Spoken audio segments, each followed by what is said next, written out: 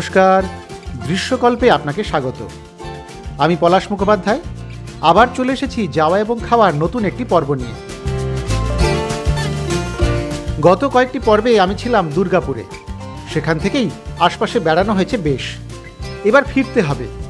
আজ আমি কলকাতায় ফিরব, তবে যাওয়ার পথে একটু ঘুরে যাব পূর্ব বর্ধমানের একটি সুন্দর গ্রাম দেবীপুরে। সেই মতো দেবীপুরের উদ্দেশ্যে বেরিয়ে পড়েছি সকাল সকাল। সোজা যাচ্ছি বর্ধমান, সেখান থেকে যাব পালশিট।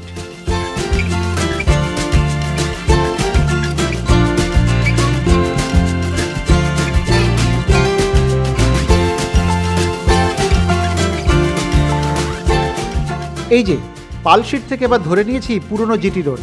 এই রাস্তা ধরেই যাচ্ছি মেমারি।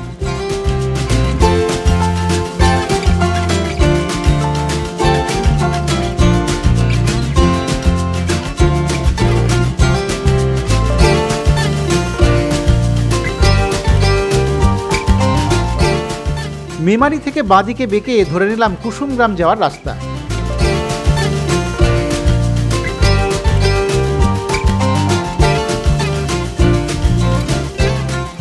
এই রাস্তা বেশ কয়েক কিলোমিটার যাওয়ার পর বাহাবপুর থেকে ধরেছি দেবীপুর যাওয়ার রাস্তা। আমি অবশ্য বর্ধমানের দিক থেকে যাচ্ছি বলেই এই রাস্তাটা ধরেছি, নয়তো কলকাতার দিক থেকে জিটি রোড দিয়ে এলে মেমারির আগেই দেবীপুরে ঢোকা যায়।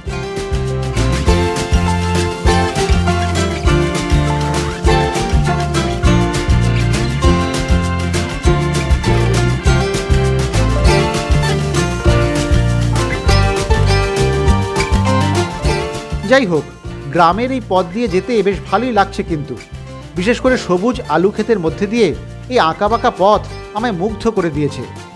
কি অসাধারণ যে লাগছে না! এই পথের সৌন্দর্যই আমায় পাগল করে দিয়েছে বলা যায়।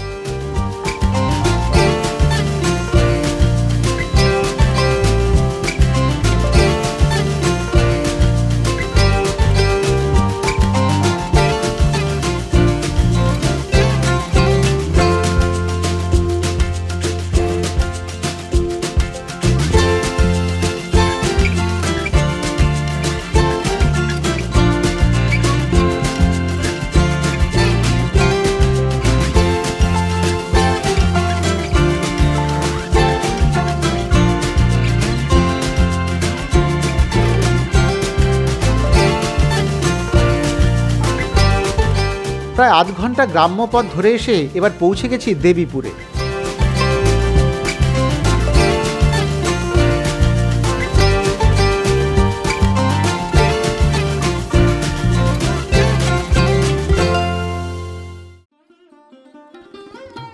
গ্রামে ঢুকে খানিক যেতেই একটা ছোট্ট মোড়।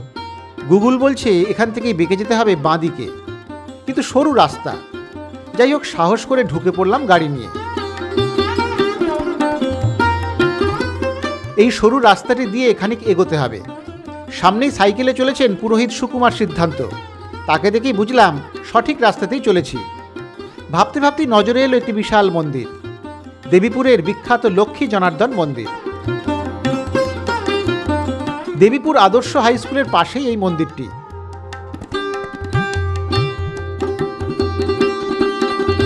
পুরনো ক্ষয়ে যাওয়া ইটের পাঁচিল তার প্রাচীনত্বের সাক্ষী। চলুন এবার ঢোকা যাক মন্দিরে। মূল দরজা দিয়ে ভেতরে ঢুকতে হয়।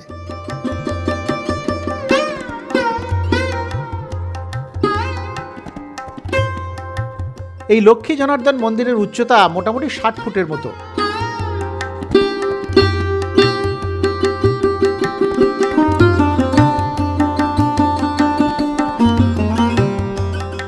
মন্দির চত্বরে এখন সবুজের পরিপাটি সংসার।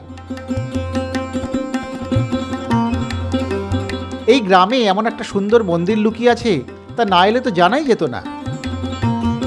পোড়ামাটির অলঙ্করণই লক্ষ্মী জনার্দন মন্দিরের প্রধান আকর্ষণ। গোটা মন্দির গাত্রে এই টেরাকোটার কাজ।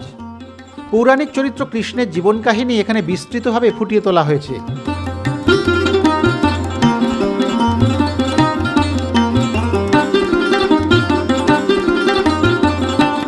আবার কোথাও দেখা যায় যুদ্ধের ছবি বা আগেকার দিনের দৈনন্দিন জীবনযাত্রার ছবিও।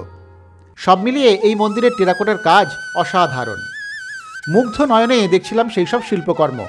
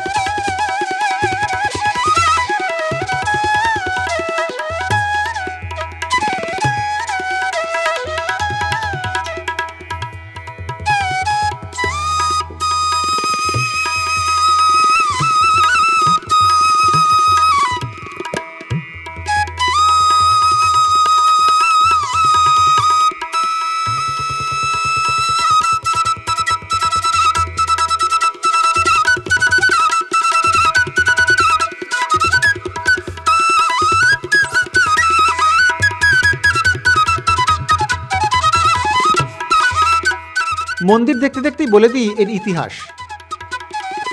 পারিবারিক ইষ্টদেবতা লক্ষ্মী জনার্দনকে প্রতিষ্ঠা করবার জন্য বর্ধমানের দেওয়ান বনবিহারী কাপুরের কাছ থেকে 1833 সালে এই মন্দিরের জমি কিনেছিলেন স্থানীয় জমিদার নরোত্তম সিংহ।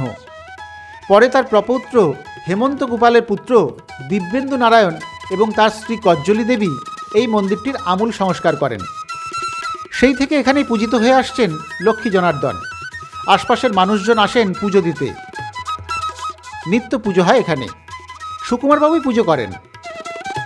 এই বেলা একটা কথা বলে দেওয়া কিন্তু দরকার, এই মন্দির দিনের বেশিরভাগ সময় কিন্তু বন্ধ থাকে।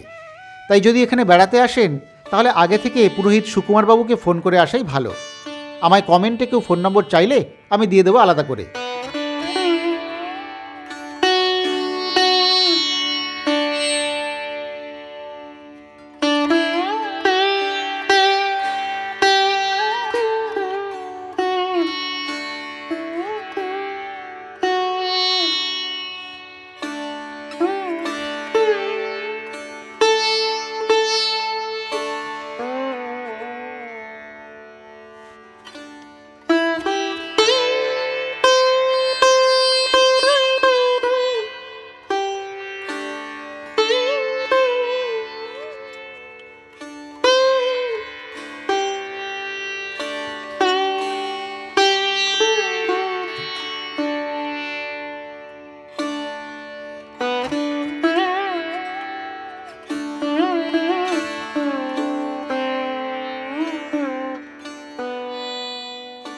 মন্দিরের বারান্দাতেও সুন্দর কারুকার্য, সব মিলিয়ে একটা দারুণ পরিবেশ।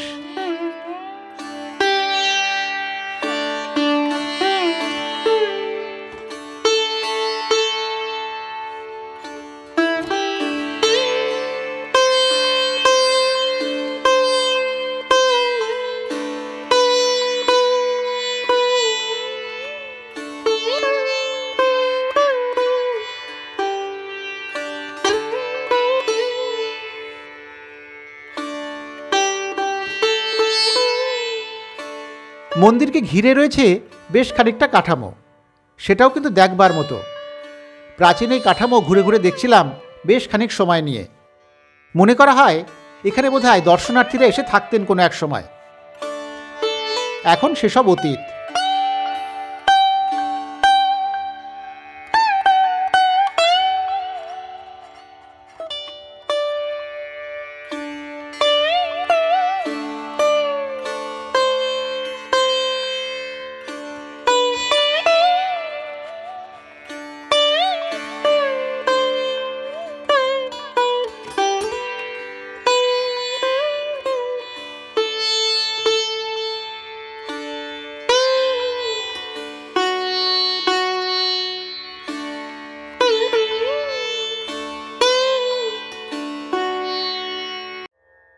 মন্দিরের ঠিক পেছনেই রয়েছে জমিদার বাড়িটি। এবারে চলুন সেখানেই যাওয়া যাক। স্কুলের পাশ দিয়ে গলি, সেদিক দিয়ে খানিকটা গেলেই জমিদার বাড়ি পড়ে। জমিদার বাড়ির একাংশ অবশ্য জরাজীর্ণ অবস্থা।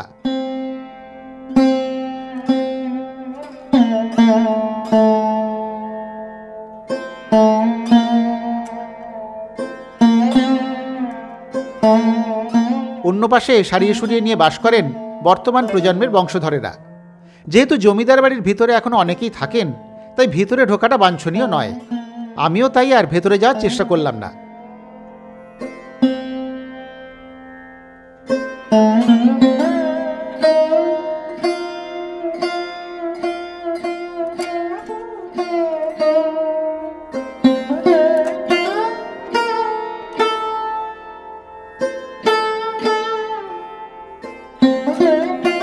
জমিদার বাড়ি খানিকটা ঘুরে এবার চলে এসেছি বাস স্ট্যান্ডে। এই মোড়েই রয়েছে এক অসাধারণ স্থাপত্য। একই মঞ্চের উপরে দাঁড়িয়ে তিনটি সুন্দর স্থাপত্যের সমাহার। এখানে আছে একজোড়া শিব মন্দির, মাঝে একটি দোল মঞ্চ। বাংলার নিজস্ব আটচালা স্থাপত্যের নিদর্শন। যদি কোনো মন্দিরে চারটে তিনকোনা কাটা অংশ দিয়ে একটা বাঁকা ছাদ গড়ে ওঠে, তাকে চারচালা বলে। আটচালার ক্ষেত্রে চারচালা মূল মন্দিরের উপরে সেই কাঠামোরই একটি ছোট্ট অনুকৃতি থাকে। এখানেও তেমনটাই রয়েছে।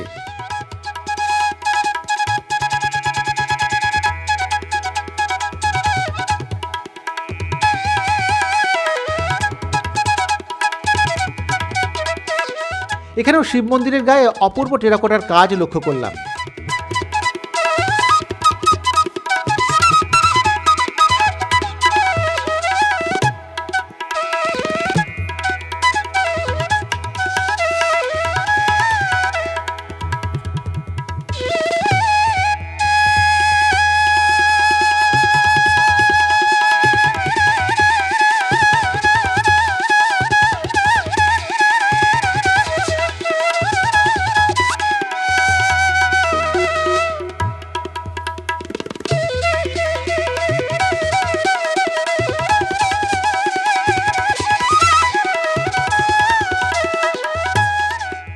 দুটি শিব মন্দিরের মাঝে রয়েছে দোল মঞ্চ, যৌথ স্থাপত্য জুড়ে সুন্দর পোড়ামাটির অলঙ্করণ।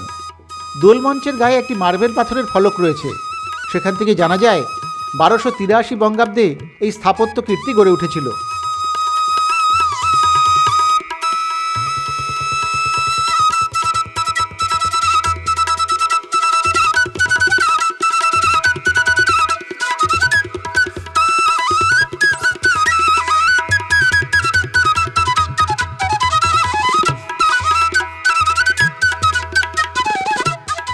তবে মোড়ের মাথায় বিভিন্ন দোকানের মাঝে বেশ একটু অবহেলাতেই রয়েছে এই এত সুন্দর স্থাপত্য।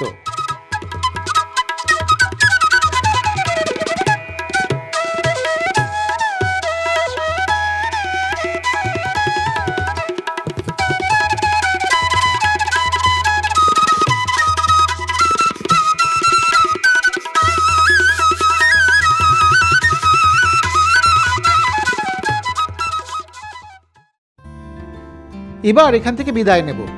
চলেছি দেবীপুর রেল স্টেশনের দিকে। স্টেশন দেবীপুর গ্রাম থেকে প্রায় 3 কিলোমিটারের মতো পথ।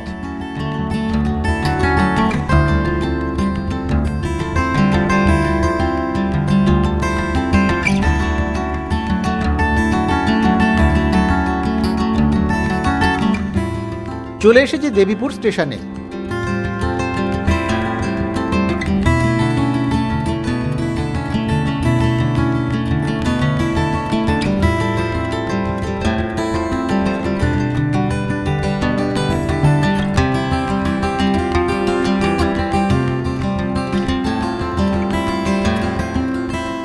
স্টেশনের ঠিক গা ঘেঁষেই রেলগেটের সামনে আছে একটি মিষ্টির দোকান, হরিপদ মিষ্টান্ন ভাণ্ডার। হরিপদর মিষ্টির খুব নামডাক এই চত্বরে। আমিও তাই চলে এসেছি মিষ্টি খেতে।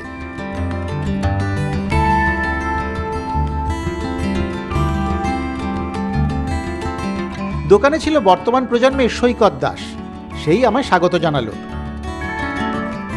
হরিপদতে বিভিন্ন ধরনের মিষ্টি পাওয়া যায়। তবে গ্রামাঞ্চলে যা হয়, রসগোল্লার একটা প্রভাব থাকেই। এখানেও রসগোল্লা বেশ নামকরা এবং জনপ্রিয়।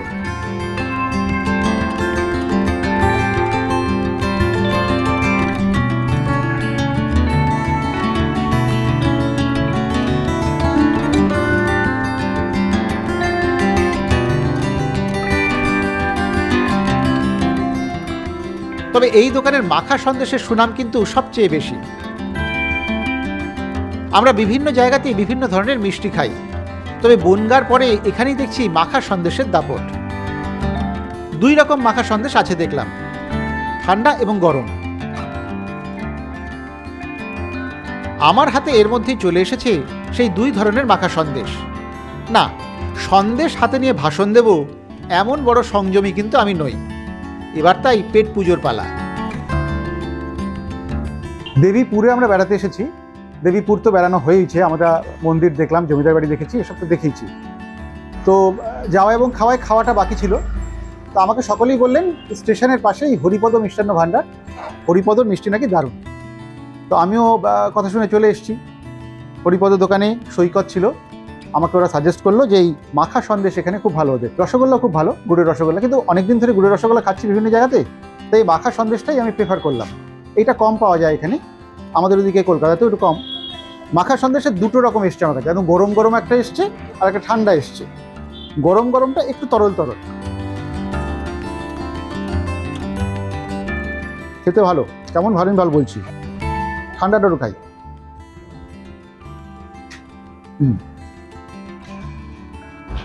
মাখা সন্দেশটি ভালো, নলেন গুড়ের, হালকা গন্ধ আছে, মিষ্টিও খারাপ না, মিষ্টি কম, আর আমার খুব সাংঘাতিক মিষ্টি লাগেনি, তো সেই জন্য এই সন্দেশটা খাওয়া যায়।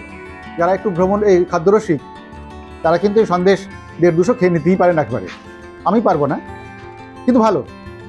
তাহলে এদিকে যদি আপনারা বেড়াতে আসেন দেবীপুরে, একদম স্টেশনের গায়েই হচ্ছে এই দোকান, তো একটু নেমে আপনারা এখান থেকে সন্দেশ বা রসগোল্লা খেয়ে যেতেই পারেন। আমি তাহলে সন্দেশ খেতে থাকি।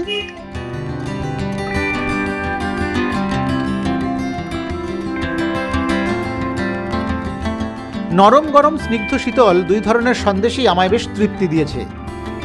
সন্দেশের দাম 300 টাকা কেজি। সন্দেশ রসগোল্লা দিয়ে খাওয়া দাওয়া বেশ ভালোই হলো, এবার ফেরবার পালা।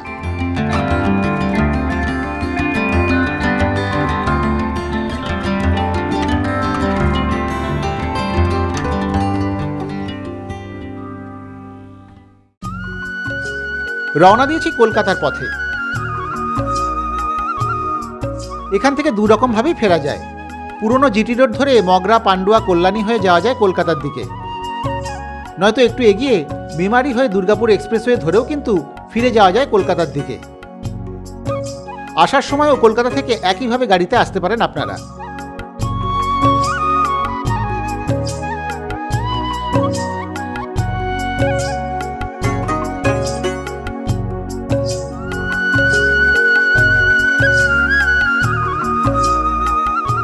যদি ট্রেনে আসেন তাহলে হাওড়া বর্ধমান মেন লাইনের ট্রেন ধরে ঘন্টা দেড়েকের দূরত্বে দেবীপুর স্টেশনে নামা যায়। সেখান থেকে অটো বা টোটোতে দেবীপুর গ্রাম বা শিবতলায় যাওয়া যায় সহজেই। থাকার জন্য দেবীপুরে কিছুই নেই, এমনিতেই থাকতেও হয় না। তবে কেউ রাতে থাকতে চাইলে 7-8 কিলোমিটার দূরে উৎসব রিসর্ট আছে, নেটে তার বিশদ বিবরণ পেয়ে যাবেন। আমি অবশ্য কলকাতায় ফেরার জন্য দ্বিতীয় অপশানটাই নিয়েছি, অর্থাৎ দুর্গাপুর এক্সপ্রেসওয়ে দিয়ে কলকাতায় ফিরছি আমি।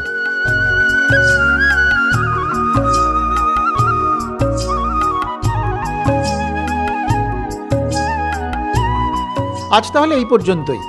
বেশ কয়েকদিনের বাঁকুড়া এবং বর্ধমান সফর শেষে আজ ফিরে যাচ্ছি কলকাতায়। আগামী সপ্তাহে তাই কলকাতার আশেপাশে কোনো দারুণ জায়গায় একদিনের বেড়ানোর হদিশ নিয়ে ফিরে আসবো আবার।